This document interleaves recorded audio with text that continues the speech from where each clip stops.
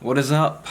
Yeah, I haven't uploaded for 4 weeks, and these bags under my eyes can tell you what's going on right now. It is late in the night, and I have been so focused. No, I've been working on this for like 30 minutes. I wanted to get it done because I wanted to do it, and that's where I'm at in my life. I'm not doing anything I don't want to do right now. Haven't had the motivation. So what's up, guys? I'm back. It's been a little bit since I've seen you guys, but it's gonna be alright. So today I'm gonna be answering the question, can you do cinematic footage with an iPhone? Now I have the iPhone XR, I think, and it's just regular XR. There's nothing too crazy about it. The only thing is it can do 4K at 60 FPS, which, if you think about it, is better than the camera that I mean, quality-wise, technically speaking, supposed to be better than the camera that I'm filming on right now, which is the Canon 80D. But we all know that once you take this footage and kind of see it, at least, it's not what you expect, because there's, so many things with taking footage from one place and putting it to another that downsizes the quality and kind of, just downsizes the quality.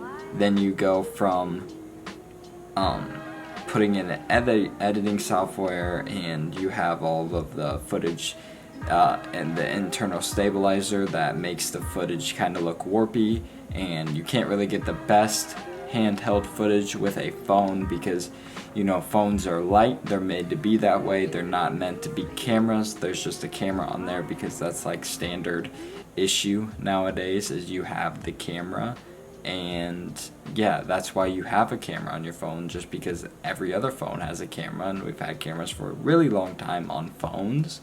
But it seems to be like these footage on phones are getting better. My last phone did not have 4K 60 FPS, which I don't know why I need, but I have it turned on for situations like these. So I went to go to the zoo, the Henry Doorly Zoo in Omaha, Nebraska.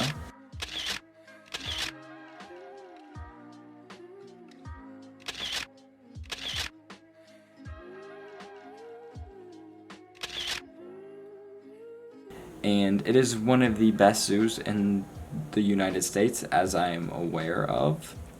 And so yeah, it's a really nice zoo, and I wanted to answer my question, can I make cinematic footage with an iPhone? So I took out my iPhone in the aquarium, and then after the aquarium I just filmed, I think, the elephants. So in the aquarium I did run into one issue, that is when I slowed down footage so much to get a cinematic look, then we run into the issue of flickering. As you guys will see, I think there's one clip in here that is flickering. So I'm going to kind of run through what I did with the footage from step by step.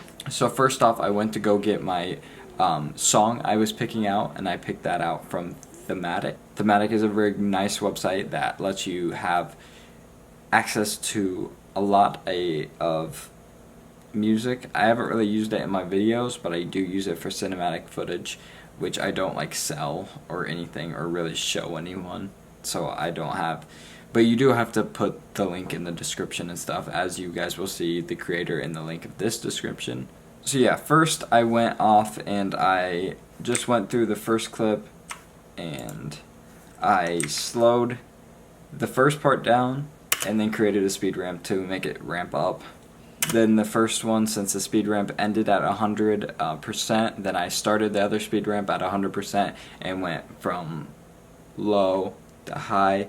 Clip starts here, goes back down to create that nice little smooth ramping of speed.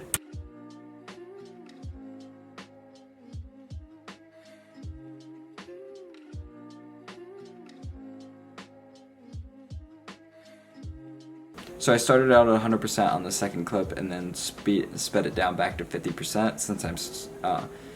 Since I'm recording in 60 FPS, I'm able to split it in half of time, because the frames look still smooth at 30 FPS, but slowed down from 60. You guys should know this. So pretty much with the first 3 clips I did the same thing, just a natural hill ramp to create a nice little flow. And one thing that I do overuse is that I overuse the 150, 50, 100, 150 or whatever like that. I overuse that, so like my clips have no diversity pretty much in the sense of that they're all the same, they all do the same thing. So I did try to create some diversity of making some clips 100% or some clips 50%, or doing just different things to create, like, to make sure it's not boring. And that's one thing that I need to work on. And by no means am I like super good at what I'm doing, but I just know basics and I know how to make footage look more appealing.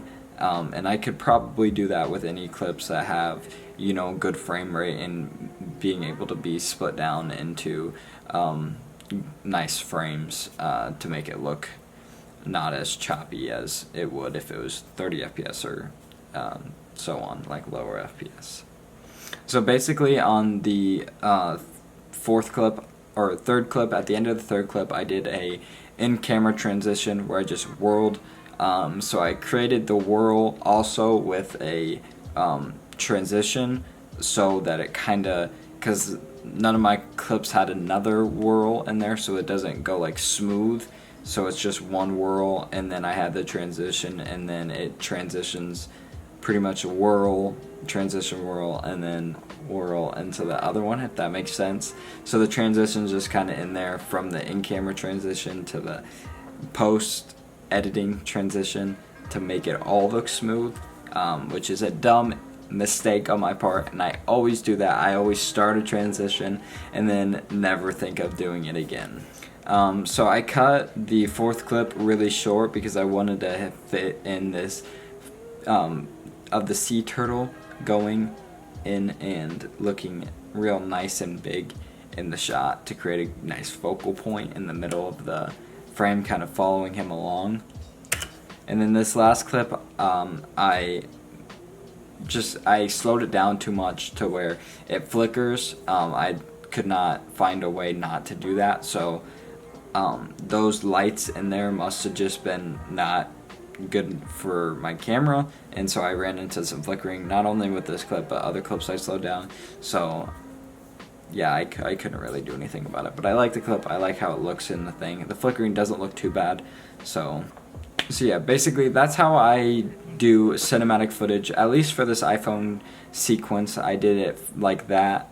If you guys have any questions, I don't know if I explained everything and hit every part in the sequence, but I wanted to upload this video. I want to show you guys that you can make good footage with not that you can do it just on your phone, and that's pretty much all I want to say. You can start out videography on your phone and be good, and it's not only about being good, but it's also about enjoying what you're creating and having a fun time, and just documenting the experience is kind of the best way to do it, because it's like you're already having fun and you get to document it and relive it through footage that you can edit and have fun with.